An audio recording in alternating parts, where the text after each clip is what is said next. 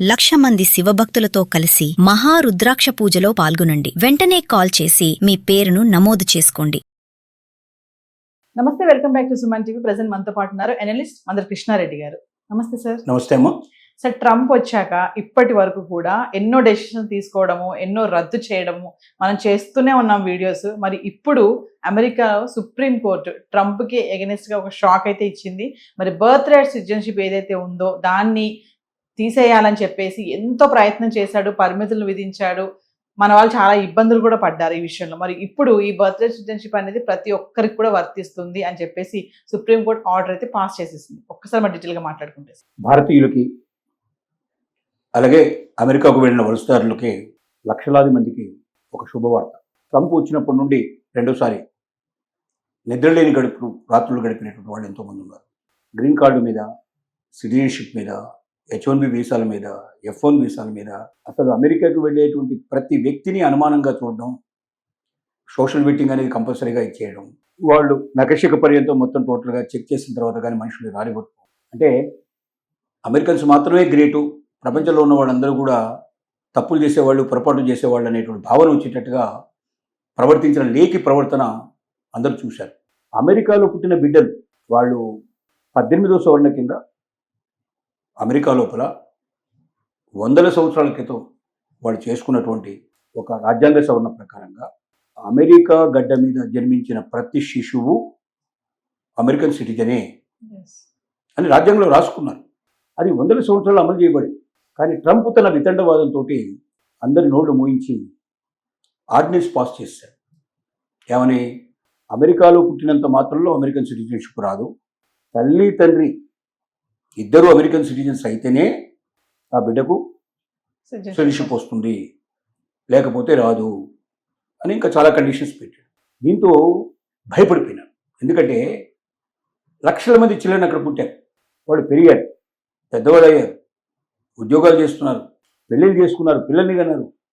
ఇప్పుడు నువ్వు American citizen కాదంటే ఏ సిటిజన్ వాడు ఇప్పుడు వేరే దేశం వాళ్ళు ఒప్పుకోరు. అమెరికాలో పుట్టాడు కాబట్టి ఇండియాకు వచ్చి నేను ఇండియా పౌరుని అంటే ఇండియా పౌరసత్వం దొరకదు, అమెరికా పౌరసత్వం దొరకదు. చివరికి వాళ్ళు ఎయిర్పోర్ట్లోనే ఉండాల్సిన పరిస్థితి ఏర్పడింది. ఇట్లా కొన్ని ఏళ్ల పాటు ఎయిర్పోర్ట్ నుండి చనిపోయినట్టు వాళ్ళు కూడా ఉన్నారు. దేశంలోకి అలవ చేయరు, వాళ్ళని ఎయిర్పోర్ట్లోనే ఉంచుతారు, బందీలాగా ఉండిపోవాల్సిన పరిస్థితి, ఖైదీలాగా ఉండాల్సిన స్థితి ఏర్పడుతుంది. అంత భయంకరమైన పరిస్థితులు తన పిల్లలకు వస్తుందేమో అనేటువంటి గుండెలు దడదడలాడుతూ బతికినటువంటి లక్షలాది మంది వలసదారులు, ముఖ్యంగా ఇండియన్స్ ఎక్కువ ఎఫెక్ట్ అయ్యింది. ఇండియన్స్ ఎక్కువ ఎఫెక్ట్ అయ్యారు. కాబట్టి వాళ్ళందరూ నిన్న రాత్రి నిశ్చింతగా నిద్రపోయి ఉంటారు. కారణం ఏంటంటే అమెరికాలో అత్యున్నతమైనటువంటి సుప్రీంకోర్టు, అంతకుముందు ఫెడరల్ కోర్టు ఇచ్చింది, అనుగుణంగానే ఇచ్చింది. కానీ ఫెడరల్ కోర్టు మాట కూడా తీసి పక్కన పడేసేసి ఆర్డినెన్స్ పాస్ చేసి సుప్రీంకోర్టులో దాన్ని ఛాలెంజ్ చేశాడు ట్రంప్ గవర్నమెంట్. సో అతనికి 100% నమ్మకం, ఖచ్చితంగా వచ్చి తీరుతున్న నమ్మకంలో ఉన్నాడు. కానీ 6 జడ్జెస్లో 3 జడ్జెస్ దాన్ని మొత్తం 9 మంది జడ్జెస్లో 3 జడ్జెస్ దాన్ని భిన్నంగా తిరస్కరించారు. అంటే వాళ్ళు 3 ఒప్పుకున్నారు అనుగుణంగా, ట్రంప్కు అనుగుణంగా 3 తీర్పునిస్తే 6 వ్యతిరేకంగా అమెరికాలో పుట్టిన ప్రతి పౌరుడు తప్పనిసరిగా అమెరికన్ సిటిజన్ అవుతాడనేది చాలా స్పష్టంగా అంగీకరిస్తూ ఆర్డర్ పాస్ చేశారు. అంటే ఇచ్చారు, తీర్పు ఇచ్చేశారు. ఇక ఈ తీర్పు తిరుగులేదు. ఒకవేళ దీన్ని తీసేయాలి అంటే, ఈ తీర్పుకు అప్పీల్ చేయాలంటే, దీన్ని తీసేయాలనుకున్నట్టయితే పార్లమెంట్లో ఉభయ సభల్లో కూడా, దిగువ సభ సెనెట్ అంటారు, అది 2 సభల్లో కూడా, దిగువ సభ ఎగువ సభల్లో మెజారిటీ పీపుల్ దాన్ని యాక్సెప్ట్ చేయాల్సిన పరిస్థితి. ఇప్పుడున్న పరిస్థితుల్లో ట్రంప్కు మెజారిటీ లేదు. మననే ఇరాన్ మీద యుద్ధం చేయడానికి వీలు లేదంటూ పెట్టిన తీర్మానం లోపల యుద్ధం చేయాలంటూ తను ప్రయత్నం ఎంత చేసినా కూడా యుద్ధం చేయడానికి వీలు లేదంటూ తీర్మానం పాస్ అవ్వడానికి తన సొంత పార్టీ వాళ్ళే కనీసం 4 బయటకు వెళ్ళి అవతల పార్టీ వాళ్ళతో కుమ్మక్కై దానిలో తను ఓడిపోయేటట్టుగా చేశారు. కాబట్టి ఇట్టి పరిస్థితుల్లో ఇప్పుడున్న సిచ్యువేషన్లో ట్రంప్కు అనుకూలంగా తీర్పు వచ్చే అవకాశం లేదు, రాజ్యాంగ సవరణ చేసే అవకాశం లేదు. కాబట్టి 99.9999%, ఎందుకంటే ట్రంప్ లాంటి వాడిని % చెప్పడం కొద్దిగా కష్టం. మళ్ళీ ఏ ఆర్డినెన్స్లు తీసుకొస్తాడో, ఏం చేస్తాడో తెలియని పరిస్థితి. కానీ ఏదేమైనప్పటికీ రాజ్యాంగబద్ధంగా మాత్రం చెల్లుబాటు కాదు.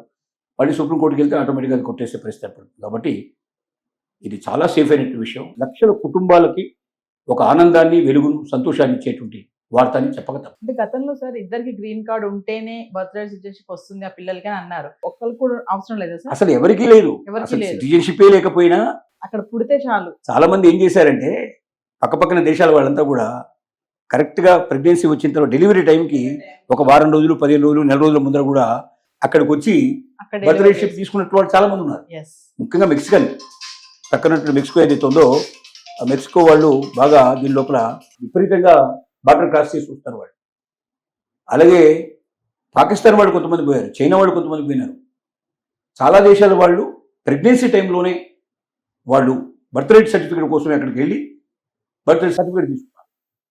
సో ఇది చాలా దేశాల్లో జరుగుతూ ఉంటుంది. ఎక్కడైతే బర్త్ రైట్ సిటిజన్షిప్ ఉందో అక్కడ చాలామంది ఆ రకంగా వెళ్ళి దేశాలు క్రాస్ చేసి ఆ దేశాల లోపల, ఎందుకంటే బలమైన దేశం అయితే ఆర్థికంగా బలంగా ఉండే దేశాలు, ఆర్థికంగా బలం లేని దేశాలు, పక్కపక్కన ఉండే దేశాలు, ఆ దేశాల్లోకి వెళ్ళి ఈ రకంగా పిల్లల్ని అక్కడి పౌరులుగా, ఒకసారి పిల్లాడు పౌరుడు అయితే ఆ పిల్లాన్ని పెంచడానికి తల్లి కావాలి కాబట్టి తల్లి ప్రవేశిస్తుంది, ఎస్. తల్లితో పాటు తండ్రి వెళ్తాడు. అంటే మెల్లగా కుటుంబం మొత్తం టోటల్గా అక్కడ ఆక్యుపై చేసుకోవడానికి ఒక అవకాశం ఏర్పడుతుంది. ఎస్. అంటే ఈజీ సిస్టమ్, ఏ సర్టిఫికెట్లు అవసరం లేకుండా, ఎక్కడ డబ్బు ఖర్చు పెట్టాల్సిన అవసరం లేకుండా దొంగతనంగా బార్డర్ క్రాస్ చేసేసి అమెరికాలో ప్రవేశించి అక్కడ పిల్లాన్ని కంటే, అక్కడ హాస్పిటల్లో చేరిపోయి పిల్లాన్ని కంటే, శిశువుని కంటే ఆటోమేటిక్గా బర్త్ రైట్ సర్టిఫికేట్ వచ్చేస్తుంది. Thank you.